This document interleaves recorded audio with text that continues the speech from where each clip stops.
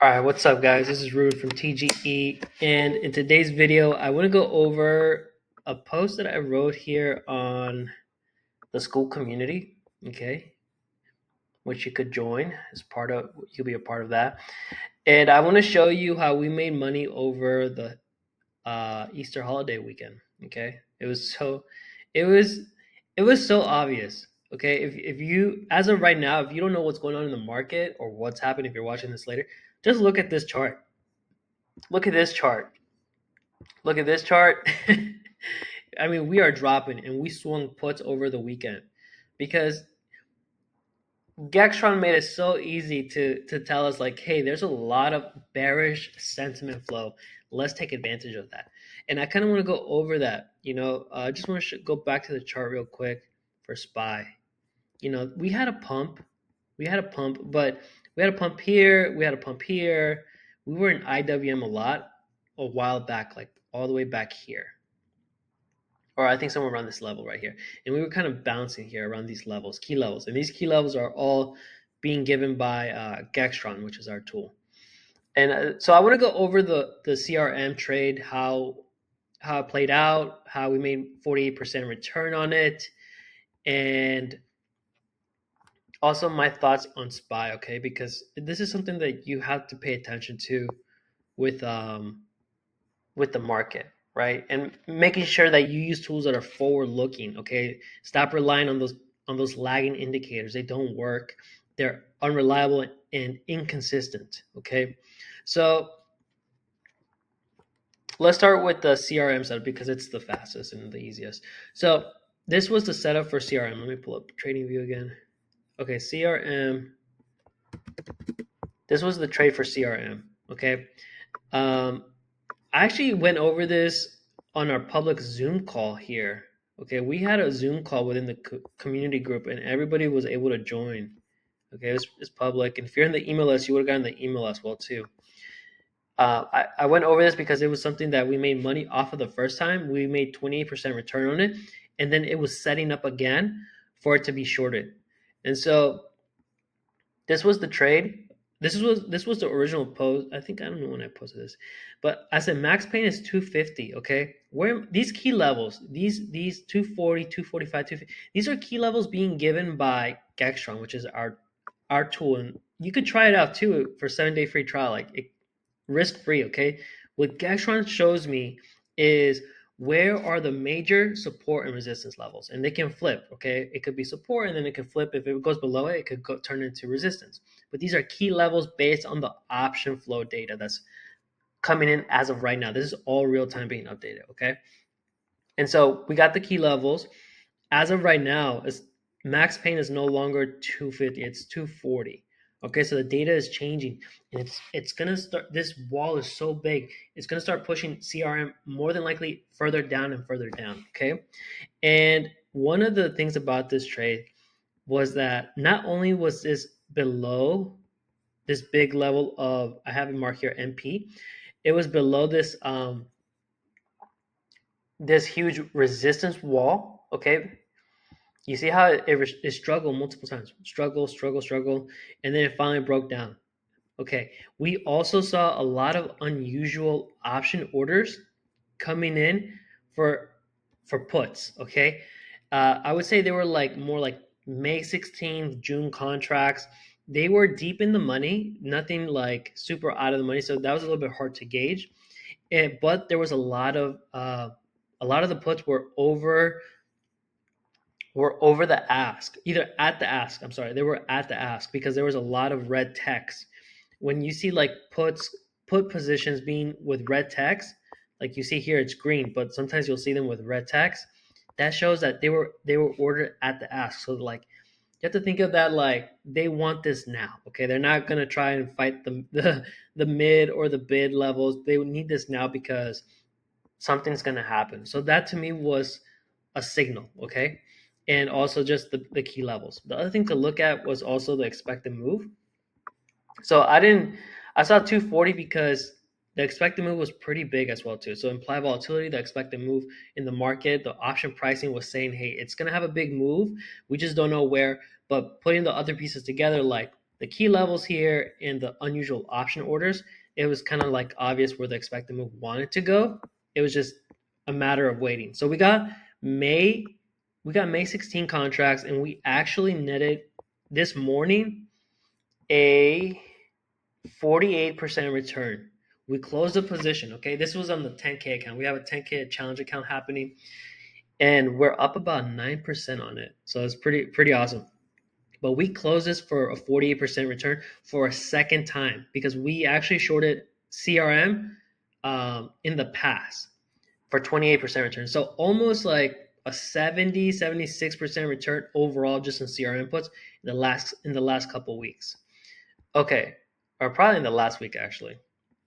So that was a trade, really simple. Below max pain, below big resistance wall, we're going to short it, and we're going to aim for the next key level, which was 240.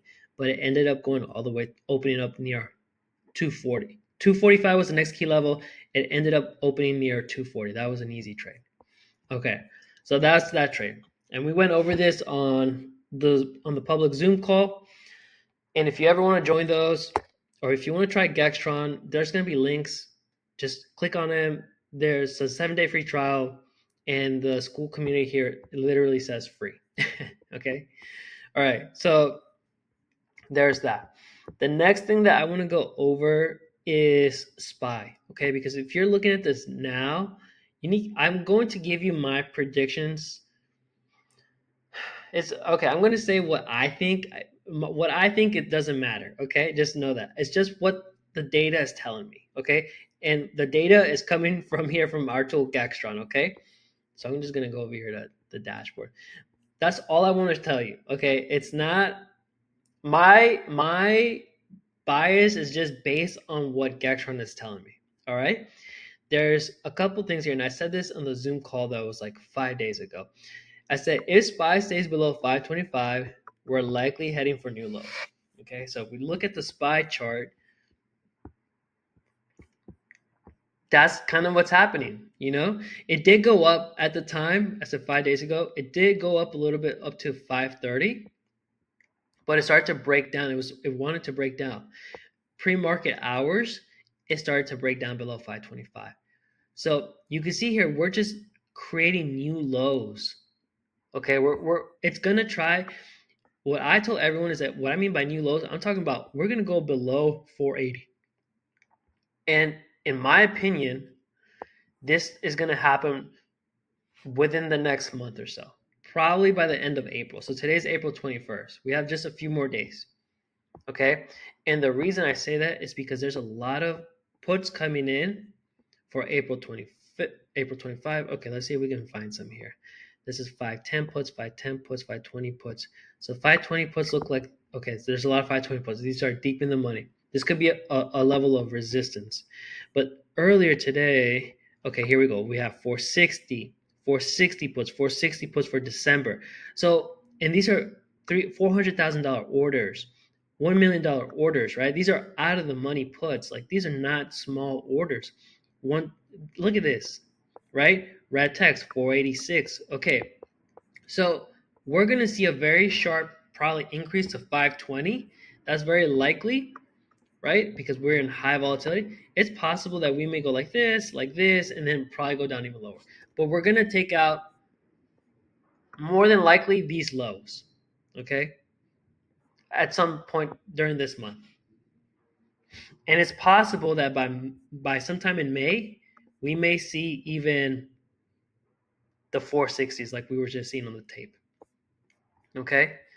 So it's really, really important to that when you're trading, you're not focused on like these lagging indicators.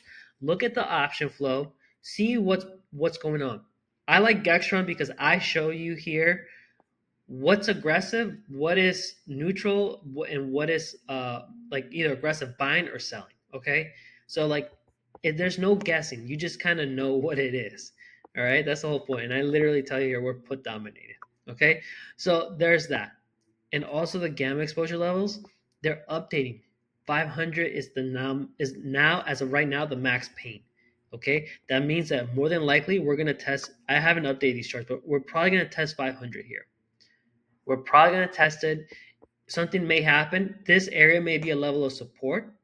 It can go back to maybe another huge area of interest like 510, whatever the data changes at the time, right? It could be whatever the next area of interest is, and then reject even further. Because if we look at this number right here, I'm not hovering over anything that changes when I hover. This is the overall gamma strike. It's very, very bearish. A normal day is negative 3 billion. We're negative 9 billion for days and days and days. This has been huge. Sometimes we reach even 15 billion, negative 15 billion. There was one time it was negative 20 billion. I mean, ridiculous. And we're very overstretched. So we may see again these lower end of the bands before we even see any positive outcome in the future. So that's kind of like what I told everybody in the group. Like we're more than likely gonna see a lot more new lows because we haven't figured out the things, or Trump hasn't figured out the things with the tariffs, and that's causing a lot of uncertainty. Okay, so in times like this, I tell everybody in the call, size in very small. Okay, take a lot of opportunities. Okay, because the VIX is very high. That means allocate as much capital as you can, right? I would say I have this chart right here. Screenshot it if you need to. Okay, I say as long as if when we're in these levels, we want to allocate 40% max, but take small positions. So you give yourself as many possibilities as possible to trade. Okay, don't size in one trade at 40%. All right, do that. Do like 30% of your account size and put that into small chunks and just take as many shots as you can. Give yourself the probability to score big many times.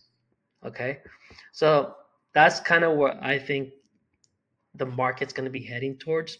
I don't know if it's going to I don't know what that's going to do. Also, another thing to keep in mind, and something that we're doing inside TG Max, is that we're tracking the JPM collar positions. Okay, those are great indicators of how low.